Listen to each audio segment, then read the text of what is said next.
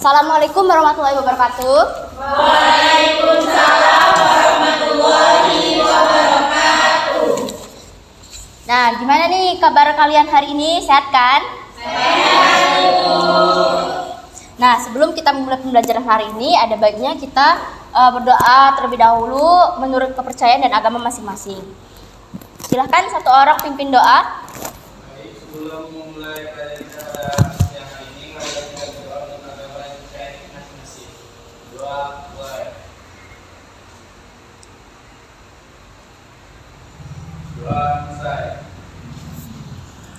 Oke, dari kalian ada yang izin nggak hari ini? Oh, ada ya.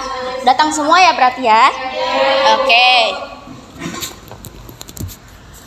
Nah, di pembelajaran kita kemarin itu kita sudah mempelajari tentang persamaan reaksi kimia, terus rumus kimia dan hukum-hukum dasar kimia. Nah, hari ini kita akan membahas mengenai materi stoikiometri, tepatnya pada pokok bahasan konsep mol.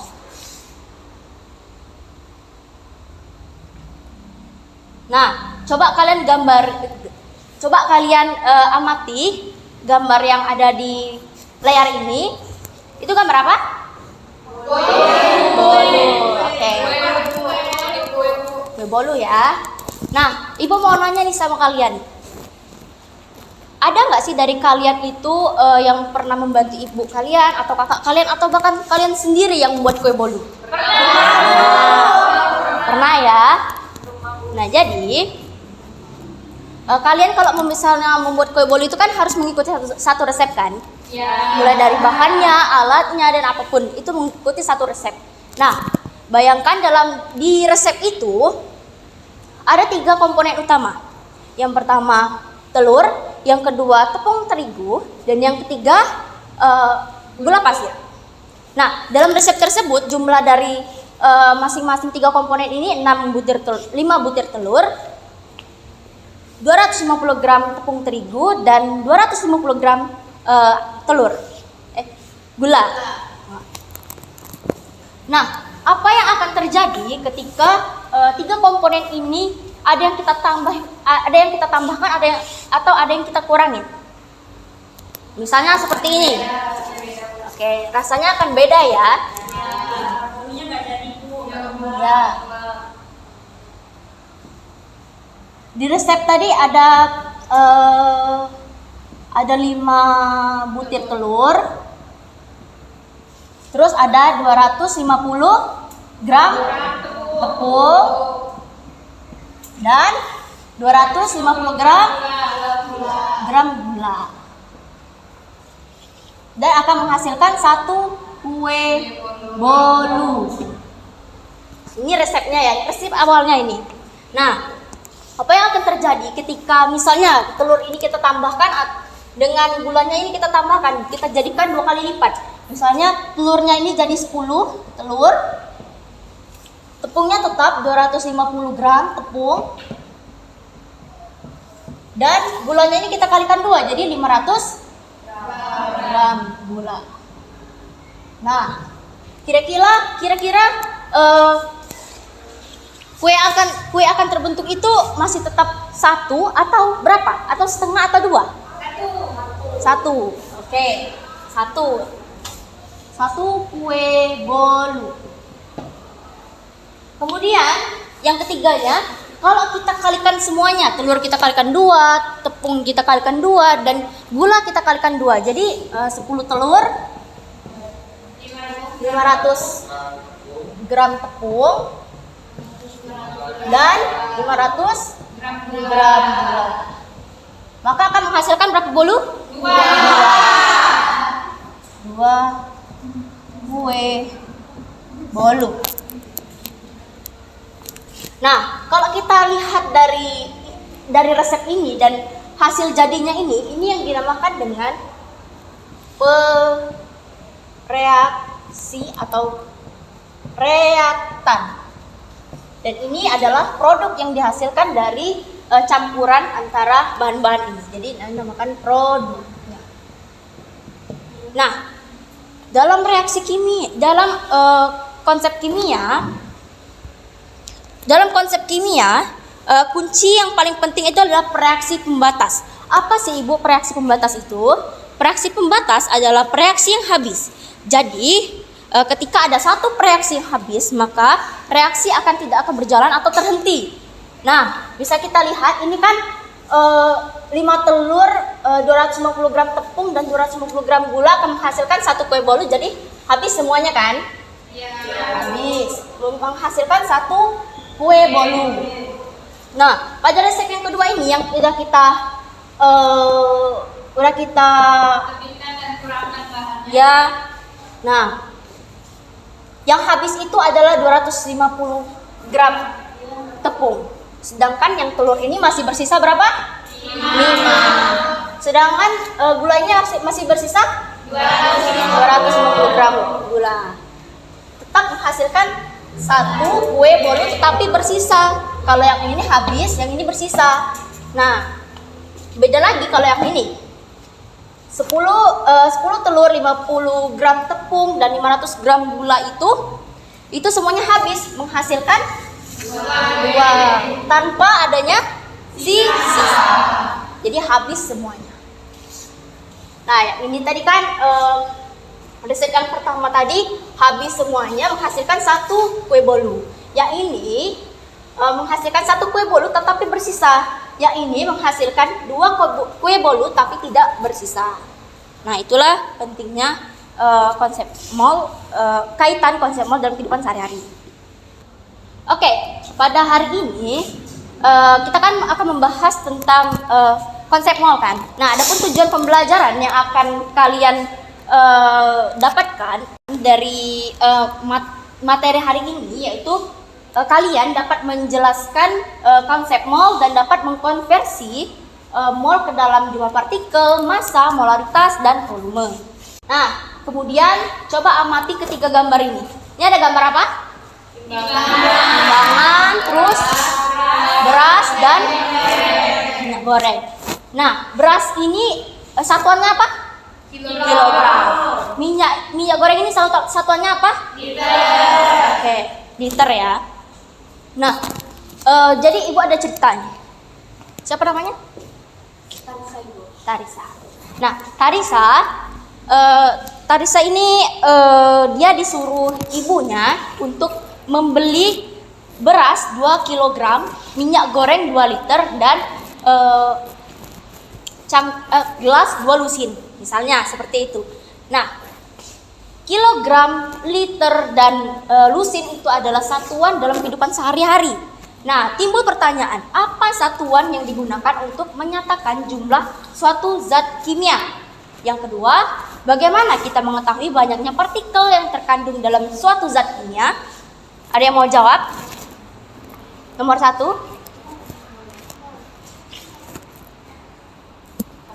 Ayo.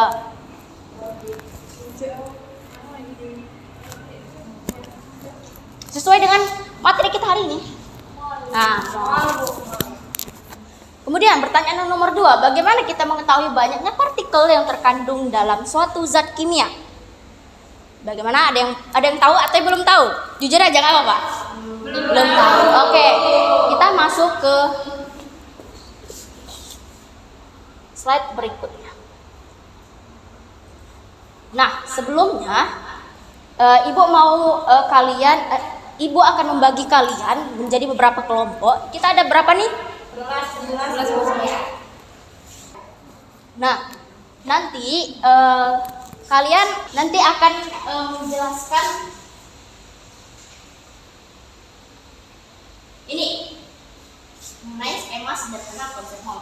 Skema sederhana konsep mol ini kan ada molaritas, ada massa, ada volume gas dan jumlah partikel. Nah, masing-masing dari kalian berempat tadi akan menyelesaikan suatu soal yang berkaitan dengan molaritas. Molaritas itu nanti Ibu nanti kasih contoh soal, terus di bawahnya nanti akan ada soal yang akan kalian kerjakan masing-masing.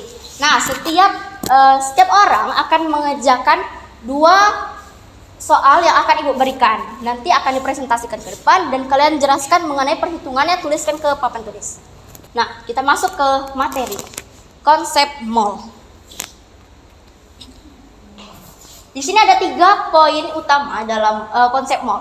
Nah, mol itu adalah satuan yang dapat mencerminkan jumlah zat dalam berbagai wujud zat. Nah, artinya mol adalah satuan yang digunakan untuk menghitung jumlah partikel kecil seperti atom atau molekul dalam suatu zat. Yang kedua, konsep mol ini pertama kali diperkenalkan oleh Avogadro yang dikenal dengan bilangan Avogadro yang dilambangkan dengan Na. Oke. Yang ketiga, untuk 1 mol banyaknya zat yang mengandung partikel sebanyak 6,23 dikali 10 pangkat 23 yang setara dengan jumlah atom yang terdapat dalam tepat 12 gram isotop C12. C12 itu apa? Karbon 12. Nah, timbul lagi pertanyaan. Kenapa Bu harus disetarakan dengan jumlah atom yang terdapat dalam 12 gram isotop C12? Jawabannya itu karena para ilmuwan dahulu sepakat untuk menyamakan dengan jumlah atom yang ada dalam 12 gram karbon 12. Nah, timbul lagi pertanyaan, kenapa harus C12 atau karbon 12? Karena karbon 12 adalah jenis karbon yang paling umum. Jadi analoginya, ketika kita punya 1 mol zat, itu artinya kita punya 6,23 dikali 10 pangkat 23 partikel zat tersebut, entah itu atom, molekul, atau partikel lainnya. Sampai di sini paham ya? Ada pertanyaan? Paham, Bu. Oke, kita masuk ke dalam skema sederhana konsep mol. Ini ya Ibu tugaskan tadi ke kalian tadi kan. Dibagi menjadi 4 kelompok tadi. Nah, apa itu skema sederhana konsep mol? Skema sederhana konsep mol adalah gambaran dasar untuk memahami hubungan antara mol dan molaritas dan sebaliknya, mol dengan massa dan sebaliknya, mol dengan volume gas dan sebaliknya, mol dengan jumlah partikel dan sebaliknya. Baik, langsung saja kita ke contoh soal biar kalian paham langsung ya. Iya, Bu. Nah, sebelumnya Ibu lupa. 4 orang tadi coba silakan maju.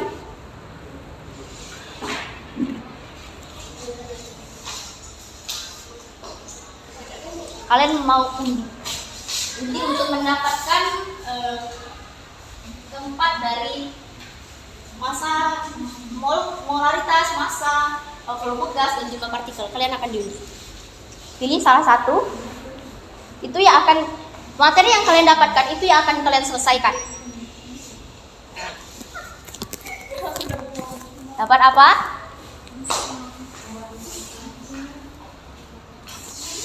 Dapat apa? Karisa? Molaritas itu. Molaritas. Indri? Jumlah partikel itu. Dapat apa? Volume gas. Dapat apa? Massa. Oke. Udah dapat masing-masing ya. Nah, langsung saja kita ke contoh contoh soal. Perhatikan yang dapat molaritas. Siapa yang dapat molaritas tadi? Nah, perhatikan. Ini ada salah satu contoh soal dari molaritas yang menghitung jumlah mol dari molaritas yang menggunakan rumus N sama dengan M dikali V. Tapi V-nya ini harus dalam bentuk liter ya. Nah, soalnya itu larutan HCl mempunyai konsentrasi 1,5 M. Berapa mol HCl yang terlarut jika volumenya 250 ml? Nah, penyelesaiannya menggunakan rumus tadi yang skema sederhana konsep mol tadi yang sudah kalian catat ya. Iya, Bu. Kita masukkan diketahui tadi apa tuh? Konsentrasinya sudah diketahui ya berarti ya. Ya. 1,5 molar. Terus volumenya juga kita sudah diketahui, tapi dalam bentuk mililiter. Kita ubah dulu menjadi bentuk liter. Nah, kalau mau ubah mililiter ke liter dibagi berapa? Atau dikali atau dibagi? Bagi berapa? 1000.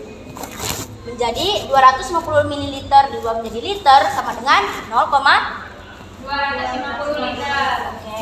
Masukkan ke dalam rumusnya dan didapat 0,375 mol. Jadi mol dari HCl yang terlarut dalam volume 250 ml sebesar 0,375 mol. Nah, ini ada soal yang harus kalian kerjakan, yang harus siapa tadi?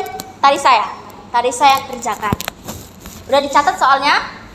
Udah. Kemudian ini masih molaritas ya konteksnya ya. Nah, tapi ini menghitung molaritas dari jumlah mol. Ini malah kebalikannya dari yang pertama tadi. Nah, diketahui soalnya itu 0,80 ml NaSO4 atau natrium sulfat itu dilarutkan dalam 400 ml air. Berapa molaritas larutannya? Ingat, volumenya itu harus diubah menjadi liter terlebih dahulu. Kita ubah menjadi 0,400. Nah, kita menggunakan rumus M sama dengan N dibagi volume. Masukkan, diketahui tadi molnya 0,80 mol, terus dibagi dengan 0,400 liter, didapatkan 2 molar. Jadi molaritas larutan itu 2 molar. Nah, ini ada satu soal lagi yang dicatat saja. Kemudian siapa yang dapat rasa? Di sini menghitung jumlah mol dari massa menggunakan rumus N sama dengan M dikali MR. Nah, soalnya itu 12 gram glukosa dengan MR-nya sudah diketahui 180 gram mol. Berapa mol glukosanya? Untuk mencari penyelesaiannya itu menggunakan rumus N sama dengan M dikali MR, di mana masanya itu sudah diketahui 12 gram glukosa, terus dibagi dengan MR glukosanya, terus dapat 0,067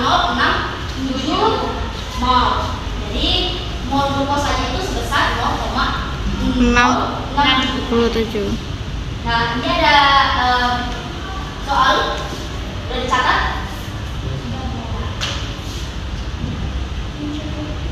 Kemudian lanjutannya ini kebalikannya dari yang pertama tadi, menghitung massa dari jumlah mol. Dimana soalnya itu berapa gram CaCO2 dengan MR yang sudah diketahui 100 gram per mol yang mengandung 0,25 mol.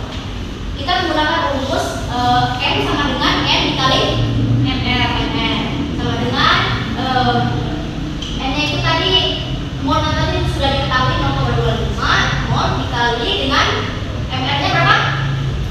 100 gram per mol. Didapat 2,5 gram CaCO2. Nah, ini ada soal satu lagi udah dicatat. Sudah, Bu. Yang dapat jumlah partikel siapa? Oke, ini. Nah, di sini menghitung mol dari jumlah partikel. Soalnya itu sebuah sampel mengandung 1,8 dikali 10 pangkat 3 mol air. Berapa mol air tersebut? Dengan apa ya? Na sama dengan Na. Na itu apa? Tadi di awal pembahasan tadi sudah dibahas. Na itu apa? Bilangan Avogadro. Bilangan Avogadro sebesar 6,02.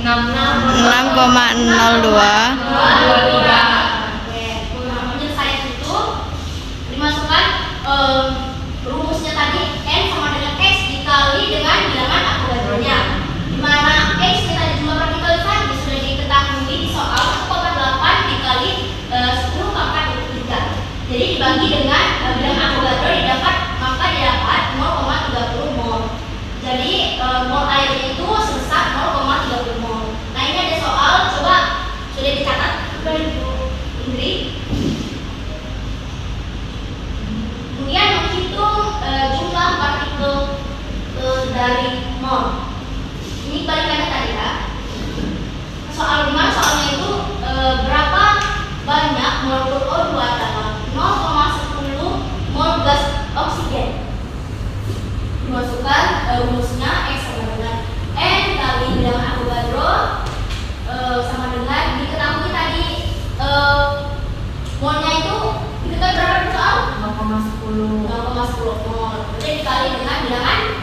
Avogadro. Didapatkan hasil 6,02 kali 10 pangkat 10 pangkat 22. Oke. Nah, ini ada soal lagi dari catat. Kemudian yang terakhir, volume gas pada STP. STP itu apa sih kepanjangannya? Standar temperatur and Pressure tekanan. standar suhu dan tekanan. Suhu yang standar itu berada pada 0 derajat Celcius. dan tekanannya itu berada pada Atmosfer atau atmosfer. dan 1 mol gasnya itu ini tetapkan 22,4 liter.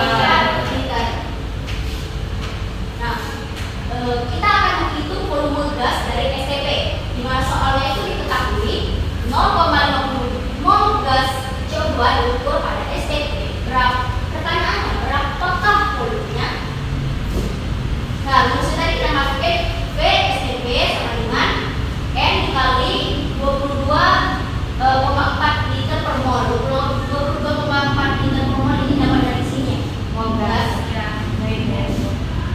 Jadi dikalikan 0,50 dari soal tadi dan dikali 0,50 dikali 22,4 sama dihasilkan 11,2 Liter. Jadi VSTP-nya itu volume standar temperatur dan pressure-nya itu 11,2 liter. Nah, ini ada contoh soal lagi dari catat. Sudah, Bu.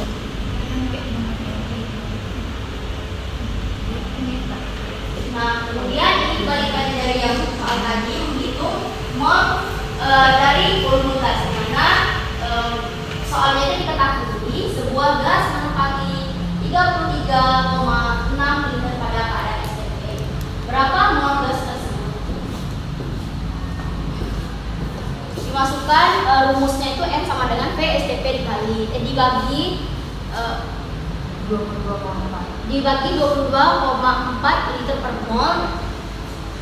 Dimasukkan MVSTP-nya itu berapa? 33,6 liter dibagi dengan 22,4 liter, didapatkan hasil 1,5 mol. Jadi mol gasnya itu yang menempati 33,6 liter pada kadar STP itu 1,5 mol. Nah, ini ada satu soal lagi dari catat. Oke, Ibu akan kasih kalian waktu berapa menit? Sekitar berapa? Mau berapa? 5 menit? 5 menit, 10 menit atau 15 menit? 10. Oke, 10 menit.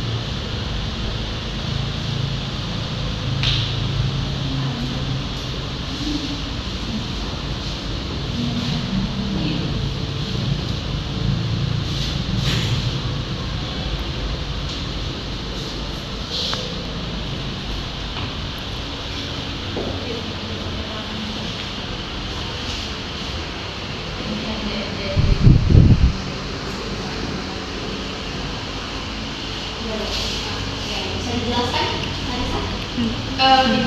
Kan tadi kasih data soal yang molaritas. Terus diketahui ada 0,20 mol KN3 dalam 150 ml air. Nah, terus masukin rumusnya. Rumusnya itu N sama dengan mol kali volume. Nah, volumenya itu diubah ke mol. Ya, mol dikali volume. Terus diubah ke volume, diubah ke liter. Jadi dimasukin soalnya 0,20 ml dikali 0,15, jadi mol yang dapat 0,03 mol. Terus untuk yang soal kedua ini diketahuinya 0,25 ml. Terus 0,25 ml senyawa NH2SO4. Terus ada dalam 250 ml air. Terus ini dibagi 1000 jadinya 0,25 liter.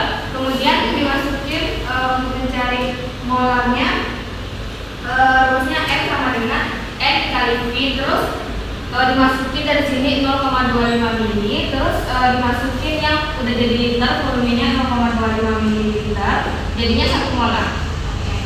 Tepuk tangan. Berarti udah paham ya semuanya? Paham, Ibu. Nah, untuk kalian kan sudah menyelesaikan ini semuanya kan? Nah, untuk menambah pemahaman kalian, Ibu akan membagikan satu soal lagi yang berisi 5 soal yang akan kalian kerjakan secara individu.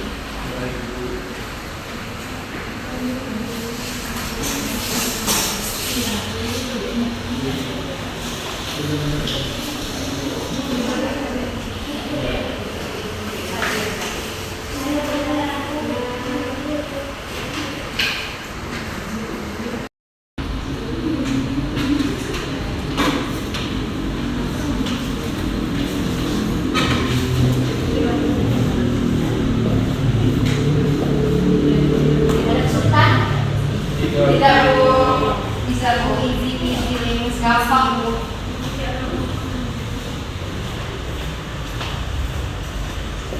Oke, udah selesai semua? Sudah, Bu. Pun. Semoga benar ya, Mami.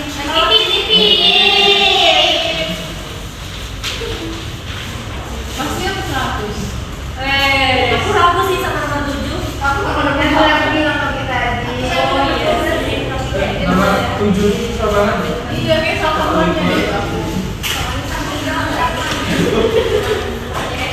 Berapa yang berapa?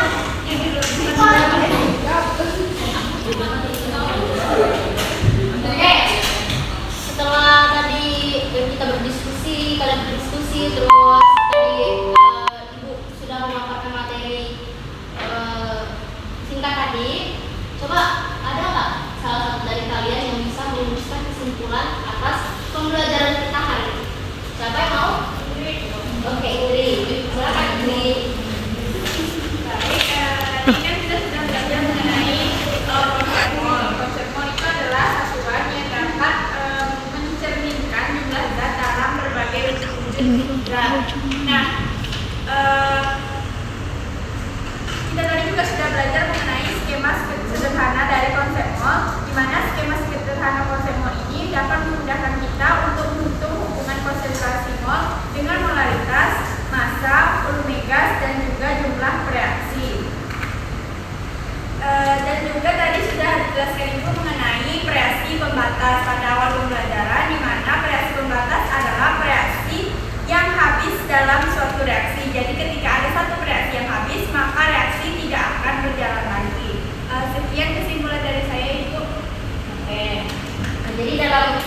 Poli itu yang penting itu adalah prinsip pembahasan.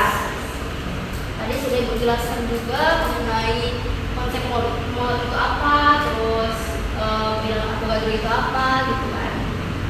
Nah tadi sudah dijelaskan juga mengenai skema sederhana konsep mall itu yang dapat menghubungkan antara perhitungan jumlah mall dengan moralitas, terus apa lagi? Mall dengan volume gas, mall dengan massa. Udah ya.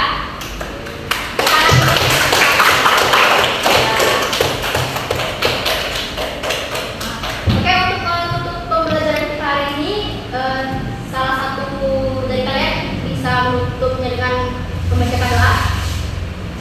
Baik, sebelum mengakhiri pembelajaran kita pada siang hari ini, maka baiknya kita berdoa dengan budaya kita masing-masing.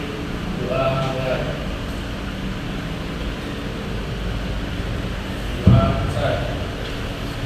Oke, selesai sudah pembelajaran kita hari ini. Lebih dari kurangnya, Ibu mohon maaf. Semoga pembelajaran hari ini bisa bermanfaat dalam kehidupan sehari-hari dan bisa diterapkan dalam kehidupan sehari-hari. Itu saja. Sampai jumpa di depan. Terima kasih.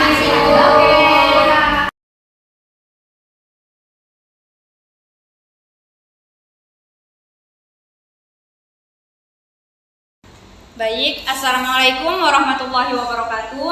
Waalaikumsalam warahmatullahi wabarakatuh. Di sini saya Valina dengan ujung NIM 037 sebagai moderator yang akan memandu evaluasi kita pada hari ini. Mungkin yang pertama yang akan kita bahas yaitu kesan dan pesan Ibu Indah sebagai guru model kita pada hari ini. Bagaimana untuk Ibu Indah pembelajaran kita pada hari ini? Saya persilakan. Untuk pembelajaran pada hari ini yang sudah saya sebagai guru model tadi itu, mungkin pertama itu saya menjelaskan materi itu kan terlalu membelakangi siswa gitu kan, dan terlalu fokus ke layar gitu, terutama pada penjelasan soal gitu ya, contoh soalnya itu gitu. Jadi mungkin dari siswa itu tuh mungkin merasa terhalang, terganggu gitu. Nah, dan contoh soal tadi itu kan sudah ada pembahasan yang ada di PPT tersebut. Ya, seharusnya itu mungkin seharusnya itu mungkin saya tuliskan langsung di papan tulis gitu. Nah, itu yang pertama. Yang kedua itu refleksi pembelajaran. Saya lupa tadi untuk memberikan refleksi bahwa pembelajaran selanjutnya itu akan mempelajari materi apa saja. Itu mungkin itu dari Ibu Indah, kami ucapkan terima kasih. Dan untuk selanjutnya mungkin dari Bapak Ibu yang lain, jika ada komentar ataupun saran untuk Ibu Indah, saya persilakan. Baik, untuk Dwi saya persilakan. Baik, mungkin di sini saya akan menyampaikan temuan-temuan dari penampilan Ibu Indah sebagai guru model tadi. Nah, di sini pada saat persiapan pembelajaran, Ibu Indah juga telah menyusun dan juga perangkat pembelajaran lainnya itu sudah disusun dengan baik. Dan materi yang disiapkan itu juga relevan dengan tujuan pembelajaran yang telah disusun. Kemudian pada penguasaan materi, Ibu Indah ini juga sudah mampu menjelaskan materi dengan baik dan juga jelas. Nah, contoh-contoh yang diberikan juga sudah relevan dan itu cukup membantu siswa untuk memahami konsep dari pembelajaran tadi. Nah, selanjutnya yaitu pada strategi pembelajaran atau strategi mengajar Ibu Indah. Ibu Indah juga sudah mengajar menggunakan strategi yang bervariasi dan melibatkan siswa secara aktif. Tapi mungkin pada Ibu Indah ini juga tidak berpaku kepada buku. Mungkin kalau misalnya saya sebagai guru model boleh sih melihat buku itu, namun tidak terlalu sering. Kemudian selanjutnya yaitu pada kemampuan komunikasi. Nah, Ibu Indah juga berkomunikasi sudah cukup baik dan juga mungkin harus meningkatkan volume dari intonasi suaranya. Kemudian pada pengelolaan kelas, Ibu Indah juga sudah mampu menjaga ketertiban kelas dan juga menangani mampu menangani dan juga bisa memfokuskan siswa agar siswa itu tidak ribut di kelas dan siswa itu bisa fokus pada penyampaian materi. Kemudian selanjutnya itu pada penggunaan media pembelajaran. Nah, Ibu Indah juga sudah memanfaatkan media seperti yang tadi Ibu Indah jelaskan itu pakai PPT. Nah, mungkin bisa ditambah dengan video pembelajaran agar lebih interaktif lagi. Nah, yang selanjutnya yaitu pada pemberian motivasi. Nah, Ibu Indah juga sudah memberikan motivasi dan juga umpan balik yang positif kepada siswa. Yang selanjutnya yaitu pada evaluasi pembelajaran. Nah, Ibu Indah tadi sudah memberikan evaluasi seperti pertanyaan atau latihan untuk mengecek pemahaman siswa. Dan yang terakhir yaitu pada penampilan diri, Ibu Indah juga sudah berpenampilan rapi dan juga percaya diri. Mungkin itu saja yang bisa saya sebagai observer 1. Terima kasih. Baik, saya ucapkan terima kasih kepada Dwi. Mungkin itu sangat bermanfaat ya penyampaiannya baik untuk Ibu Indah ataupun untuk kita semua. Mungkin dari teman-teman yang lain ada yang ingin menyampaikan lagi? Baik, saya persilakan. Baik, untuk Ibu Indah, hasil dari observasi saya pribadi, untuk yang pertama itu untuk strategi mengajar. Ibu Indah sudah menggunakan metode dan strateginya variatif dan itu banyak melibatkan siswa, cukup banyak melibatkan siswa. Nah, untuk yang kedua itu kemampuan komunikasi. Ibu Indah menggunakan bahasa yang jelas dan mudah dipahami oleh siswa yang saya lihat tadi. Nah, untuk intonasi dan volumenya mungkin lebih dikerasin lagi, mungkin siswa yang di belakang mungkin tidak terlalu terdengar dengan intonasi Ibu tadi. Selanjutnya itu penggunaan media pembelajaran.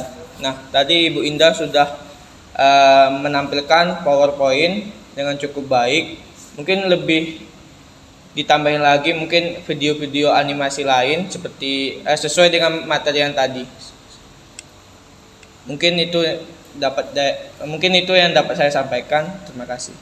Saya ucapkan terima kasih untuk sekali laginya. Kemudian apakah teman-teman masih ada yang ingin disampaikan? Saya rasa juga cukup sih. Kemudian mungkin itu saja yang dapat kita diskusikan untuk hari ini. Lebih dan kurangnya saya mohon maaf. Saya sebagai moderator pamit undur diri dan saya akhiri. Wassalamualaikum warahmatullahi wabarakatuh. Waalaikumsalam warahmatullahi wabarakatuh.